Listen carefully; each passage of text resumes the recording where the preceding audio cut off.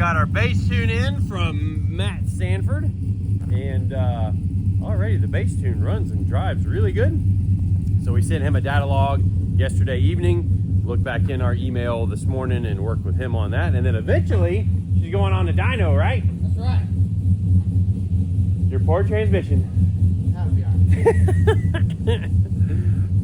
So today, you saw the thumbnail, and today is going to be an interview with the new guy at KSR, but I thought it'd be fun to start it out with my longest term employee at KSR, and that's CJ. So we'll touch base with CJ, because I don't know if you guys have ever seen anything on this truck.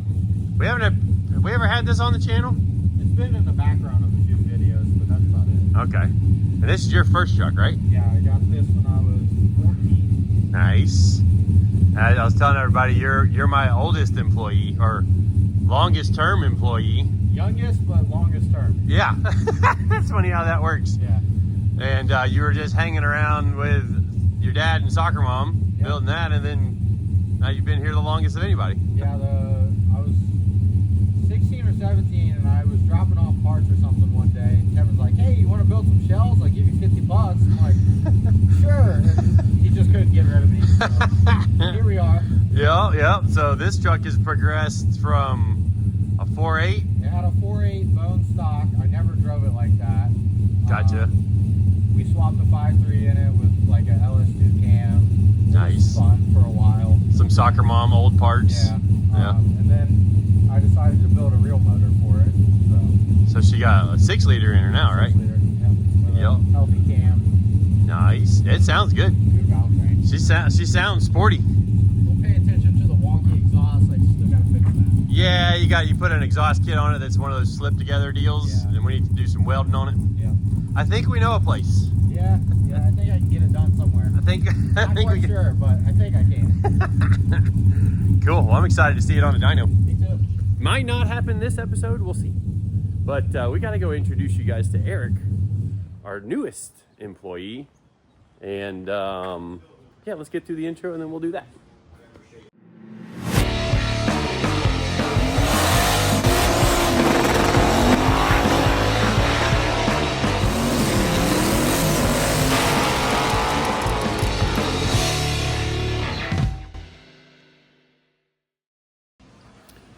All right, so we touched base with CJ, my longest term employee, and you've probably seen this guy in the background because he's been around. He's been working here for, it's been a couple months now, hasn't it? Oh, it's been a little while. 3 months. 3 months, golly, time flies. And like the older you get, the faster time flies. So for those of you that are younger than me, that's probably a warning coming up. For those of you that are my age or older, you're probably like, yep, that checks right there. So anyways, this is Eric, and like I said, he's been here for 3+ months now, as I was just reminded of, and he's been working on this thing, kind of buttoning it up, and it's been a interesting, probably first project for you. Yep. Been doing a little bit of everything. Got wiring, we got mechanical stuff, got a lot of assembly. Actually did some suspension aligning this morning and chasing potentially faulty equipment. I guess faulty equipment. I don't know if faulty equipment is the word or not, but so I guess tell the people a little bit about yourself, because you've got a very cool history. Yeah, so I've kind of always been hands-on guy. Decided to go back to school late in life. I finished up with an engineering degree from UF when I was 30. Oh, dang. And then I don't think I even knew that. Yeah. So pretty late in life. And then I went and worked for Borg-Warner Turbo Systems. I love turbos, always been into them. Yes. So I did some engineering for them, did some program management. Turbos. Everything needs a turbo. Yeah. Boost is good. Boost is I good. love the whistling noises. Yeah, so always been playing with turbos, and then, like I said, I worked in the automotive industry with Borg-Warner for many years. Was a program manager for the aftermarket division for several years, launching all the EFR and Airworks products that they have. That's very cool. So yeah, a lot of fun with that. And of course, in the meantime, it's always been a hobby, so building stuff is fun. Yep. Well, Always. and we stick you on a non-turbo project to begin with, so. That's okay. It's a good hazing. Yeah. When we got lots of turbo stuff around here, as you've seen, yeah, it's definitely been cool because you're a little older than most of the other guys we've got here, which is kind of funny because CJ's the guy that's been here the longest. He's over there, and like it's kind of cool because like with all my running around and stuff, CJ kind of knows the shop better than I do in a lot of ways, and he's been here the longest and is the youngest guy in the shop. And then Eric is the newest guy, but he's the oldest in the shop besides me. So kind of funny how that all works out, but it's been a good fit so far, I feel like, and like doing some cool stuff. And we got to go do some extracurricular stuff outside of the shop to go have some fun. But you've got a pretty cool stable of cars, including the one out in the parking lot. We should probably go show to people. Sure, let's do it. You want to go show them, and maybe we'll even get to go for a ride in this thing. Well, we'll just talk about it as we kind of go through it. Let's do that. So it's an Audi, which we've got. Funny, we got a couple Audis. That's Matt's Audi, which Matt's the office guy that's been with us for a while. And then we got that. Another Audi, and it's pretty freaking snazzy looking. Got some nice wheels. Some big giant brakes. The same AP Racing brakes we run on the Vipers. That's cool. Wait a second. That says V8T. What's that mean? Well, it's got 8 cylinders under the hood. Wait, but it's an import. I know it. It's one of them German V8s. Yeah, I thought V8s were an American thing. Well, it's American now. And yeah, so it's got a 4.2 V8. That's the factory motor that came in there. This is the RS4, and so they've got a 32 valve V8. Oof. They spin to 8,500 RPM. Ooh, shoot. Has 6-speed manual, of course, big brakes, as you guys saw. Yep. And I bought it in 17 and drove it around for about a year. It was stock then, and it was a fun car. Nice. But then, of course, working at Borg Warner and loving turbo so much, I decided to put the T on the end of the V8. Yes. And so it's got kind of a interesting setup on it. Yep. You know, these cars are pretty small. Yep. And so squeezing a V8 in there. Tell you what, she looks good too. Like, paint looks nice on it. Got the big wheels. And if you guys, like I've kind of mentioned it a couple of times, my girlfriend also has an Audi. So it's like, we've got a lot of Audi things happening around here lately, which is kind of interesting. Check that out. Woo, that thing is jammed in there, and that's stock. So this is bell housing right here, right? Wow. So the whole motor is essentially in front of the front axle. Wow. But yeah, it's it's a 4.2 and so it's real small bore spacing, so it's pretty stubby V8. It is very short cylinder head. I like looking at where all the coil packs are, because those are, I mean, you can figure at least the distance between those is the bore center line. Yeah, I think it's 90 millimeter bore spacing on these. But yeah, so it's a pretty clean motor. So engine bay looks almost like it did factory. The only things that I've changed from that pipe doesn't look stock. Yeah, that doesn't go to an air filter right there. So where does a turbo fit on this thing? Well, that's been the fun part. So you kind of have to find other spots, and so I chose to find a spot way back here. Oh, there's Eric's Instagram too. So I wanted to keep it, functional. So it's still got. Well, it's not in the trunk. No. So you just pull this back, and then it's got a little panel here. Check out all that. And I got me a little. Oh, it stays in and stays charged, eh? Yeah. That's awesome. Unscrew my 6 screws here. What's that, like ABS plastic or something? No, it's an aluminum panel, and I just put a vinyl coating on the top that kind of softens it for when I drop stuff in the trunk. It kind of looks factory too, like with the textured stuff on it. Yeah, initially I had it powder coated, but the powder coat did chip a few spots, and so I said that vinyl wrap would probably be a good. Yeah, powder coating is not as robust as everybody thinks it is. Like, it's basically just paint. It still scratches. It's just whatever. So wait. Hold on a second. Oh, what in the? So yeah, so on the left, that's a 72 millimeter S400 SXE, and actually I was part of the design work on the compressor stage on that. Nice. And then, so that guy, of course, air filter here. Okay, so the turbos, so it's actually drawing air from back. Yep. And then I guess the exhaust is coming out through your muffler, and it splits. It's got 2 paths. The primary path is only out the right tip, and that's through 2 resonators. So that's the quiet mode. And then I've got the left tip has a valve on it. And I've got a sport button and of course a lot of different settings I can play with, but it's got a quiet mode and a loud mode. Nice. And then yeah, so comp outlet, it splits here and it's got two paths. One path that can go through these guys, which are 48 volt, what are called e-boosters. And Wait. It got 3 turbos. Yep, 3 boosty boys in there. And those e-turbos. Yeah, so they're e-boosters. So the e-turbo typically includes the turbine stage. Okay. But these guys are just an electric motor driving a compressor. So these are running in parallel. Okay. And because of the airflow the motor needs. And so these guys boost, full boost in 300 milliseconds. Shoo! So essentially it's instant boost whenever I want it. Now their size, they only will boost at low to mid engine speeds. Okay. But they'll boost instantly.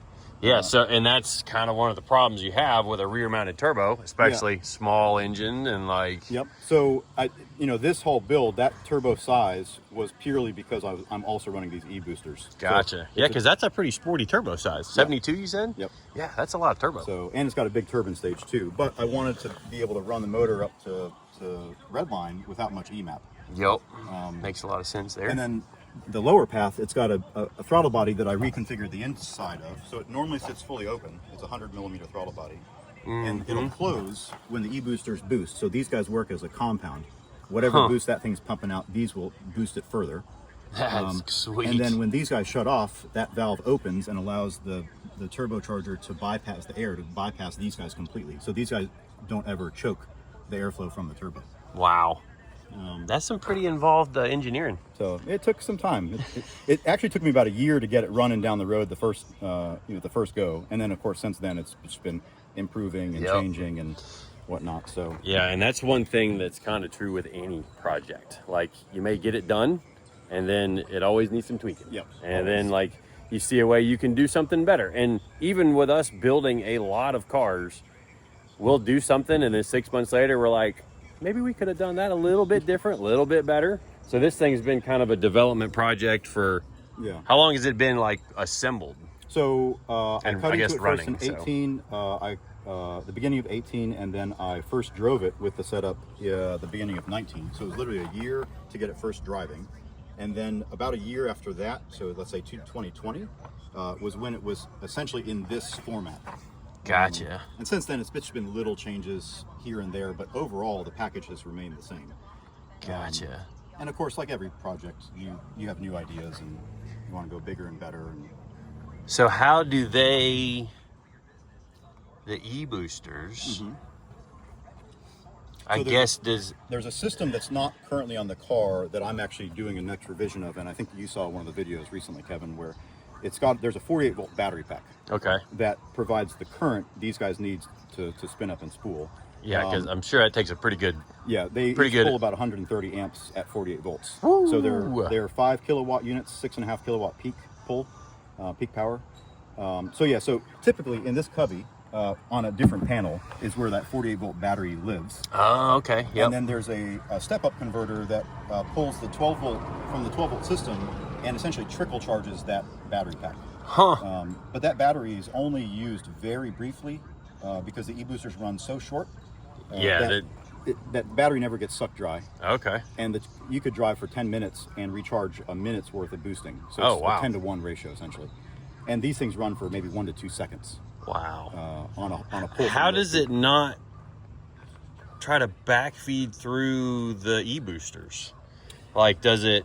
Because I guess I'm just thinking like it's drawing air from outside of, so it gets through the filter and it's drawing air here. Correct. And then how does it, once this thing takes over, how does it not try to backfeed through the? Well, so any boost this creates.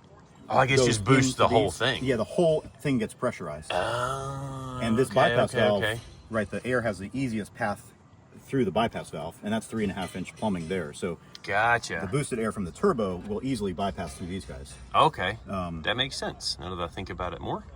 So that is cool. Yeah, so it's just a fun project, and this is not purpose built, meaning it's just me fiddling with stuff to make it go fast. Just fun. Yeah, it's a street car. Yeah. So I'm not trying to beat anybody. I imagine it's it's pretty sporty because it's all-wheel drive too, right? Yeah, all-wheel drive. And so right now, the setup is about 700 horse to the wheels, 500 foot-pounds. Which makes it the most powerful daily driver of the shop. I mean, it just so happens to be. But it is a V8, so, you know, I fit in a little bit there. But yeah, definitely lots of fun. And the intent, too, was to keep it a daily driver where it doesn't make weird noises, it's not uncomfortable. Yeah. You know, because I got a 5-year-old daughter and she loves riding in this thing, and Nice. it's got AC and it's got all the, you know, all the amenities still. Yep. Girl dads. Yep. Both of us girl Yeah, dads. absolutely. Yep. Girl dads, So, and that's the kind of stuff too that people may not understand, that literally takes hours. I mean, do you want to say how many hours you think you have in? I mean, I've easily got thousands of hours in this, and honestly, the most time comes from thinking about what I'm going to do. Yep. I get that too with the stuff we do in the shop. There may be 5-6 hours that we research, and it's not even just me. It might be the guys in the shop. Hey, how should we attack this problem? Because it's not stock vehicles that we're building. Airplane. I'm an airplane nerd. If you guys didn't catch that yet, like in all the other videos, if an airplane flies over, I've got to see what they're doing.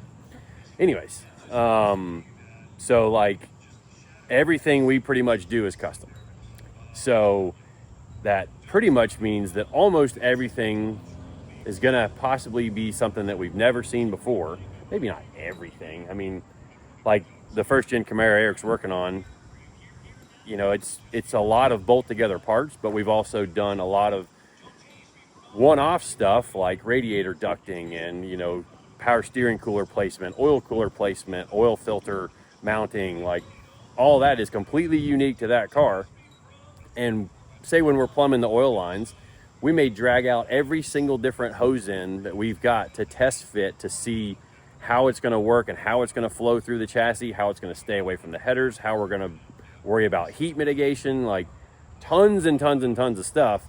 And like when it's your own project, you put all that time into it and you don't think about how much time you're going to have into it. And then there's people that just, they see something like this and they want it, and they may hit up Eric to build something like that. How much for a kit, Eric? I'm like, I'm sorry, I would never do this again for anybody. Yeah, I mean, it would literally be multiple 5 figures to do something like this. And that's what these custom one-off cars cost. Like to do something like this, you either have to have the knowledge and the mechanical ability to do it yourself, and the time, which time is honestly kind of one of the biggest ones. Like, really. Or you got to pay somebody a lot of money to do it, which that's what we're here for. You know, we build a lot of kind of cool stuff, and there's some neat projects in the shop that we're doing, but the time thing, and especially for me, like to see the amount of, like this literally looks like it could have been done at a factory somewhere.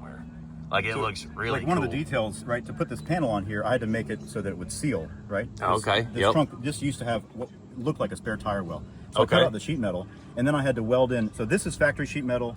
This is not. So I had to weld in steel. Yep. I can even see That's a little sheet metal there. I can see a little gasket, like witness mark all the way around it. So I had to create a 360 perimeter that was all at the same plane, so that a gasket on this flat panel would seal off. Yep, and then you're making sure this doesn't flex. Like I see it's got... So I've got these stiffening ribs in it. Yep.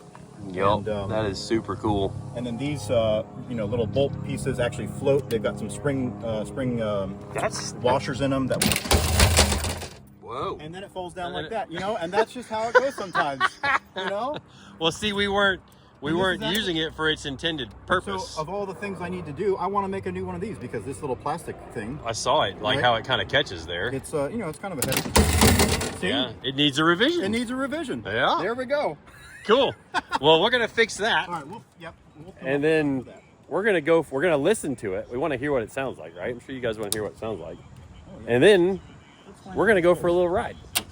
And we might do an outside video too of like a launch on this thing, just because let's do it, Kevin. It's the e-boost. It's like super instant boost, and it's a manual, so you got to at least, I'd be curious what something, I mean, granted I've seen it running around and I know it's rowdy, but like that drivetrain package in something that has like an automatic transmission, so it like you can use all the power, because you know I'm a drag race guy. Like this thing's got to be wicked on a road course or even street stuff, but you know, the wheels are always turning. Wheels are always turning. So all right, well, back in just a second after we put this thing back together. Well, you ready to like let's let them hear it first. All right. And you did tell me something that I didn't catch up on a minute ago there, and that was that we're not e-boosting today because your battery pack is still, you're going through a revision on the battery pack. So we got to hear it in street mode and sport mode.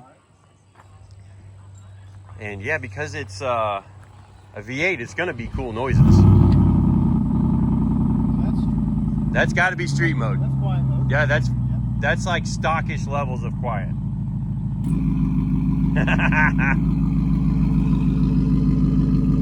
Nice.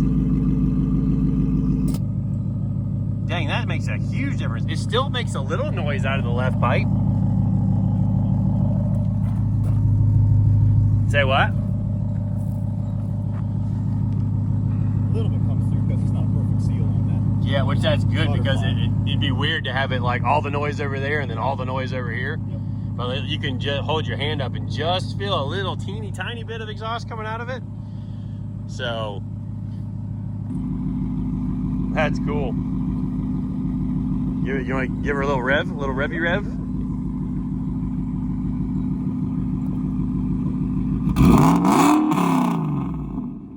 That doesn't sound like an import. All right, well, let's go for a little quick ride. Oh, I gotta clean my feet.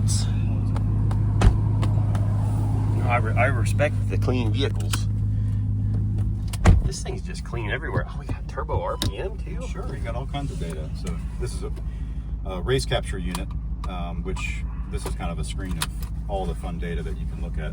Holy smokes! So some of this is data from the factory engine management. Yeah, I kind of figured that. Some of this data is from the microcontroller system that I added to the car, and I think I added 22 sensors. Gotcha. To the car. So, I mean, this is the full temperature range. So, outside temperature, T1 is right at the compressor inlet. T20 is right after the big turbo. T21 is right after the e-boosters. And then intercooler temp, that's the temperature of the water going through the intercooler. And then actually And then air IoT, into the engine. That's right at the MAF sensor right before the throttle body. And then current coming out of the alternator. That's cool. Battery voltage. And, you know, of course, you can change all this stuff to look at different stuff. But this is like wastegate position. It's got a position sensor on the wastegate. Very cool. Boost control, what is commanded to the solenoid. How come it's not showing any turbo RPM? Is it less? So right now that turbo is so big, it is spinning, but it's probably spinning at maybe 1,000 RPM. But there's 20. There we go. Huh. So it's a big boy. That's For wild. this motor. Oh, we lost our screen. Oh, because it's got reverse camera? Reverse camera, yep. Oh. Fancy. So we'll turn traction control off because that's how you have the most fun. And I've got a few different boost levels on this thing that when traction control's off. How bad or not how bad, but how's the spool without the e-boosters? Oh, it's great. Is it really? Yeah. Because that seems like a fairly big turbo. It is. Like in being that far back in the car. We'll see a full boost at about 4,200 RPM. Okay. And it's got 85 to go. You know. Yeah, full range. that's a big sweep of RPM. So I imagine there's got to be some kind of little brief lag feeling without the e-boosters. Yeah. It's different for sure. The Okay. e-boosters are just like an instant punch. Yeah, that's cool. And this is just more like a big turbo V8. Yeah, which I'm used to, you know, somewhat, you know, like with the gearing that we put in the drag cars, that getting to RPM that spools the engine and the torque converter and all that other stuff, like they're very laggy feeling. And I imagine this would be similar if you had a first gear that went to 95 miles an hour, Yeah. it would be very laggy. For sure. And your e-boosters would be a very large difference. Yeah.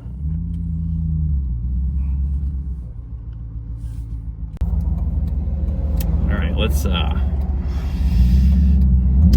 had to find us. Oh, we're going that way. Okay. There's a slipping clutch. it's quick.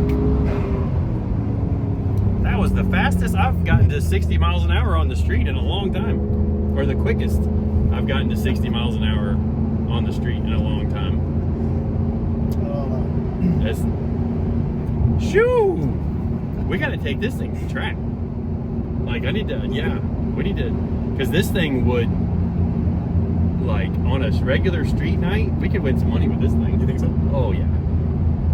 Like, Win some money. well, yeah, so with the drag, so Eric's not a big drag racer, and we might have to take him out there, but there's a lot of gambling that goes on at the drag race, little side bets and stuff, and this thing, you might have to get the clutch worked out though. Yeah, so I have a twin disc that needs to go back in. I was having issues with the twin disc, so I went to a single just while the twin disc got rebuilt. Gotcha. And I got to put it back in. It's just a matter of finding. Drop her down a gear and let's hear that noise again.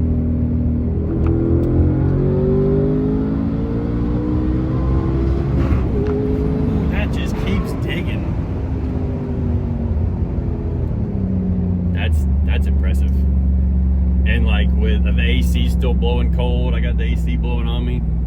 You've built a pretty awesome daily driver. Thanks, Joe. Like, I'm really proud of this thing. yeah, it's sweet. And she keeps working, you know? Yeah. Check engine light comes on every so often, but, you know, it's nothing I can't clear. Yeah, I mean, That's an Audi. Anytime having an Audi in my daily life almost now, I catch the. I'm learning that. That's right. Part of But- ownership.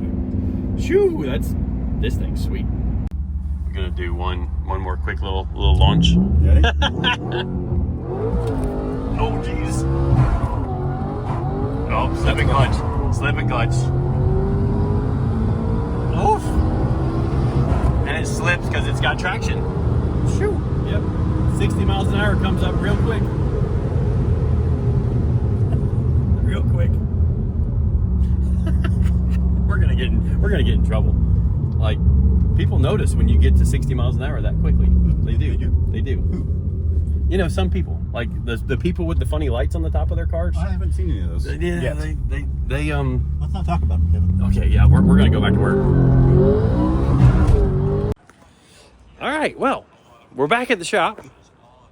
Nobody followed us back. That's a good thing. No, I don't see anybody.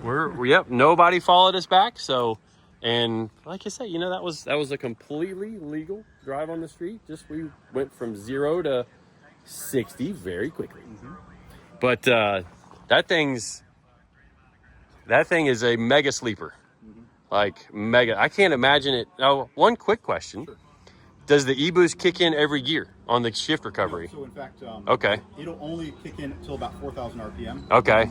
Once you're hauling ass, You're never below that. right, next gear you're above 4,000 RPM. Gotcha. So that's why they only operate real briefly if you decide to step on it at low engine speeds. Gotcha. And then it's just like, And then it's all big turbo. because I felt the turbo really come on like 4,500 and up, like it's really digging. So.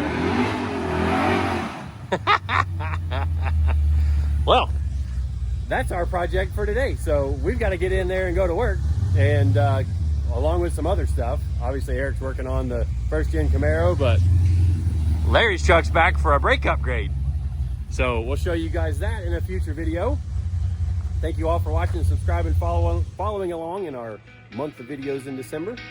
And we need to stop having fun and go get back to work.